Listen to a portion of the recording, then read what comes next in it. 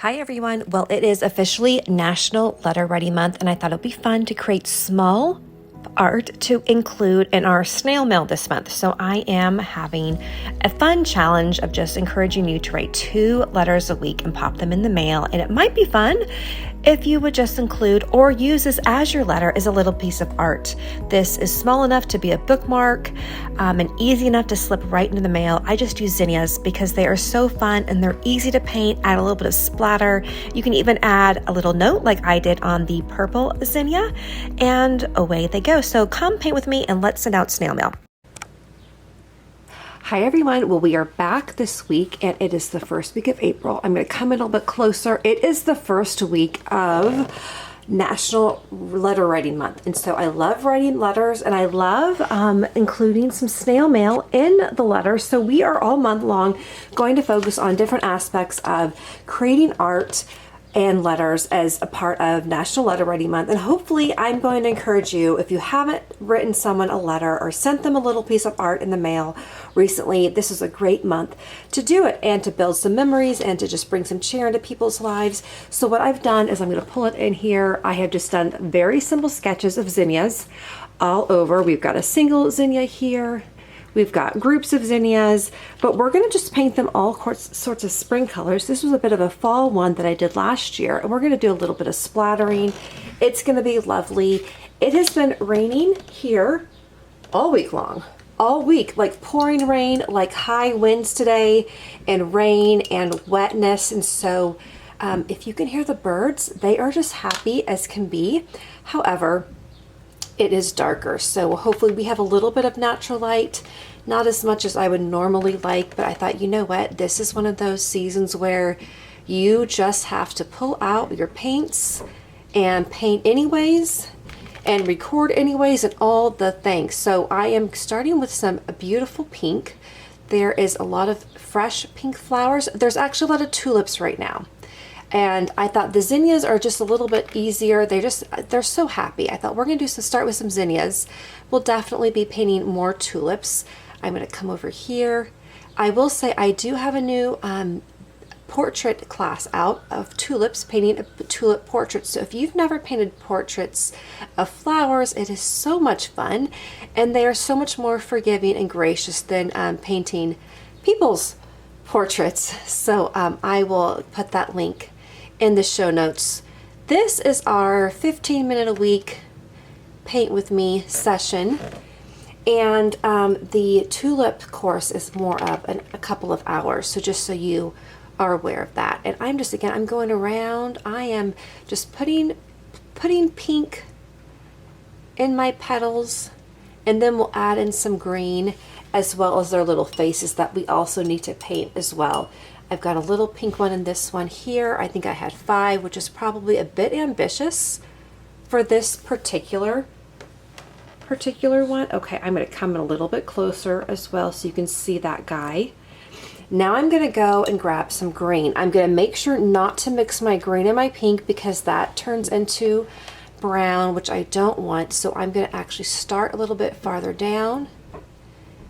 Create those leaves. You'll notice that I am not painting in all of my leaves completely. I'm leaving some white space. We can either dab in a little bit of yellow or just leave it white. I'm going to move over here, and I am going to do just a little bit of splattering. We're not going to paint a background on these because we are moving pretty fast, but I'll just do a little bit of green splatters up at the top. And then I'm going to come back. I'm going to go right underneath. I had this stem, just being careful not to touch my pink. And that looks good. I'm going to come on down here. And I think I need to move the camera back just a little bit. I do. So I'm going to pull that back so you can see that. And I'm going to go ahead and continue on. This is a permanent green that I'm using. It's super light. I'm going to show you how that looks like in comparison to the Hooker's green. So give me a sec and I'll pull that out. I think it's important to use, well, usually what I do is I will use a green and then start adding yellow to it or blue to it to just emphasize and create different shades of that same green, because what you'll notice is if you use like another green, so let's pull out like the Hooker's green medium hue, and I'll put that next to it, it's a lot darker and there's actually a different undertone in it. So you get a whole nother look. Now you can absolutely blend them together, which is what I'm gonna do, so that we don't look like we have two separate flowers because their leaves or their stems are completely different color. I'm just gonna move that down here, but you can see it's just a very different green. I love Hooker's green, but sometimes in the springtime, I really like that permanent green for all the fresh flowers that are coming up because they are so that light green, right? It's like new green. I'm actually gonna grab my brown for the zinnias little faces first before I put in the color. My mom sent me a picture. I'll include it in, I think I included it in the pre-video of her azaleas. And like they had like that perfect spring pink and green, which was a color inspiration for today. It's like that, it's like fresh, right? It's just very, very fresh. So again, I'm just putting that brown for the zinnias faces on this one.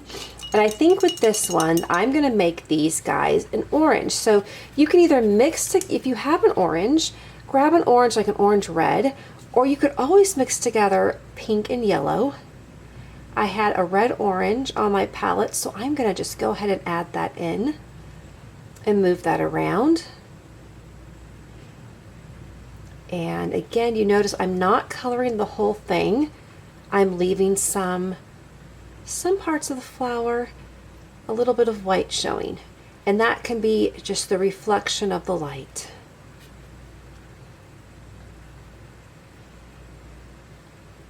And just moving that around, really very easy. This might be something fun to do Friday evening after the work week is finished, or maybe the kids are playing video games or watching a movie, or everyone's maybe doing a puzzle, and you just have a few minutes to relax and do a little bit creating. I love being able to finish painting projects in just a few minutes and then send them out into the world. I'm going to grab you, so I did a little bit of splattering there. I'm going to pick up some more green and then move the green in there as well. If you get a little bit of green on their faces, no big deal. That's part of kind of the fun. You can let it dry, or you can just pick up your color. And what I do is I just add in a little bit more of like the red orange, and it will mix in and create almost just like a shadowy color. And I'm just going to continue moving on. So here we are. We're only about 7 minutes in, and it is looking really, really nice. I'm going to go up just a little bit here.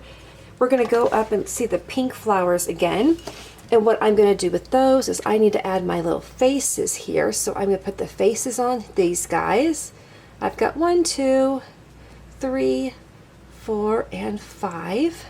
And then I'm going to pick up some more paint, and I'm going to just go ahead and put the faces on these guys too. That way, that will be all done. And then the one below this guy, I'll come in a little bit closer and move this. Paint his face. You could always get a darker brown too if you like. And or add a little bit more paint. I'm going to add that brown, and I'm going to do just a little bit of splattering with the brown too. Just not tons, but you know, it's kind of spring, and I mean, it's like I was just talking to someone, like it's pollen season, right? So that may or may not be a good thought for you, as we are all trying to protect our immune systems from all the stuff that is flying in and around right now. I'm going to pick up some yellow and pull. That's one of the things I love about zinnias, is they are all sorts of colors, and you can kind of see which ones you like the best. I do like them all. I do love the pink, but even, you know, they're all such gorgeous, gorgeous colors. Now, if the yellow feels a bit too light, you can add in like a bit of pink. I can take a little bit of pink here, for example, and just add in a bit where I know I'm going to have some shadowing, even around the face here. And with this guy too, I'm going to add in some yellow on the leaves. And then I'm going to add in my green just to create a variation. If you have the time and you want to be a little bit more detailed of blending some colors, I'm going to pull this green down here. And then pick up some more green and just lay it down really, really nicely. There we go.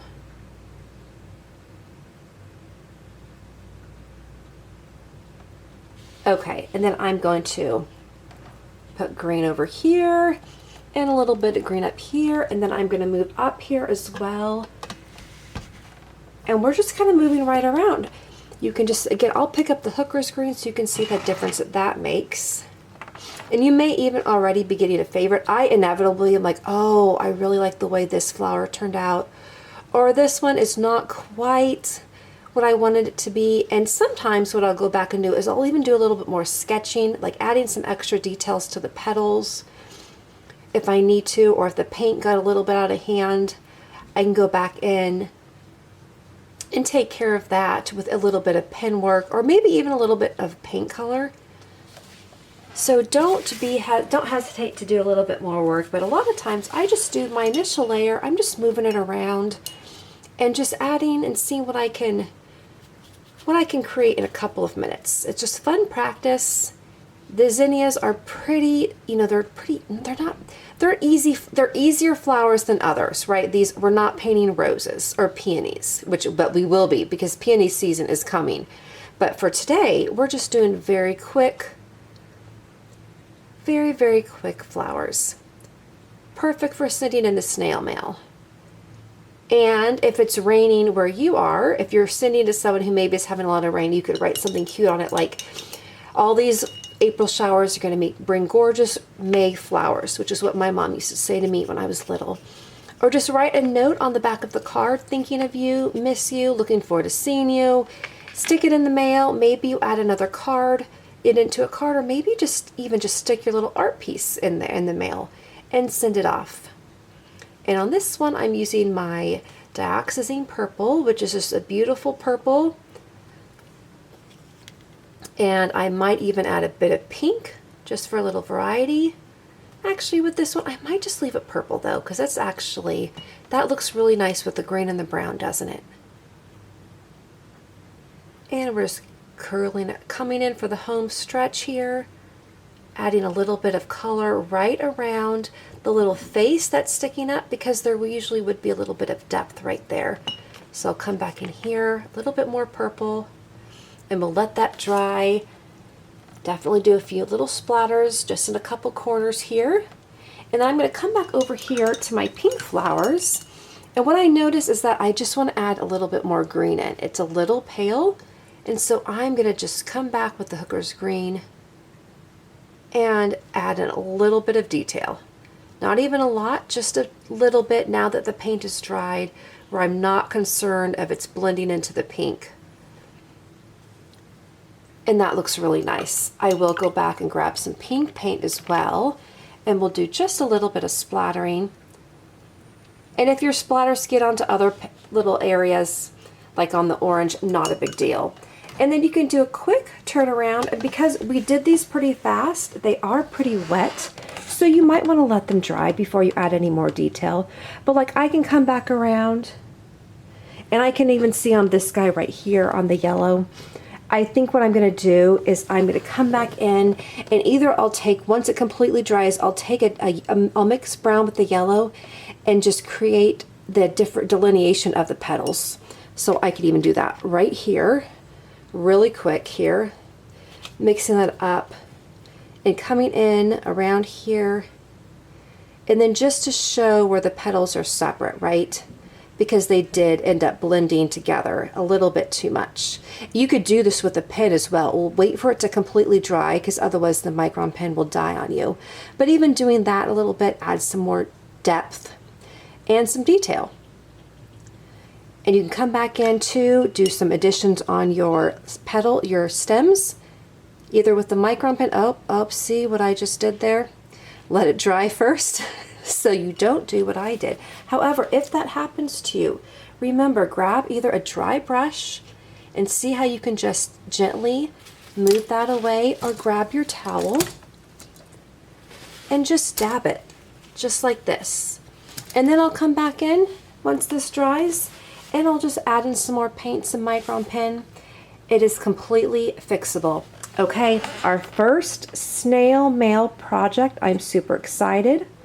I hope you enjoyed this. It's a beautiful spring so far, and it's going to get only prettier and prettier. I'll see you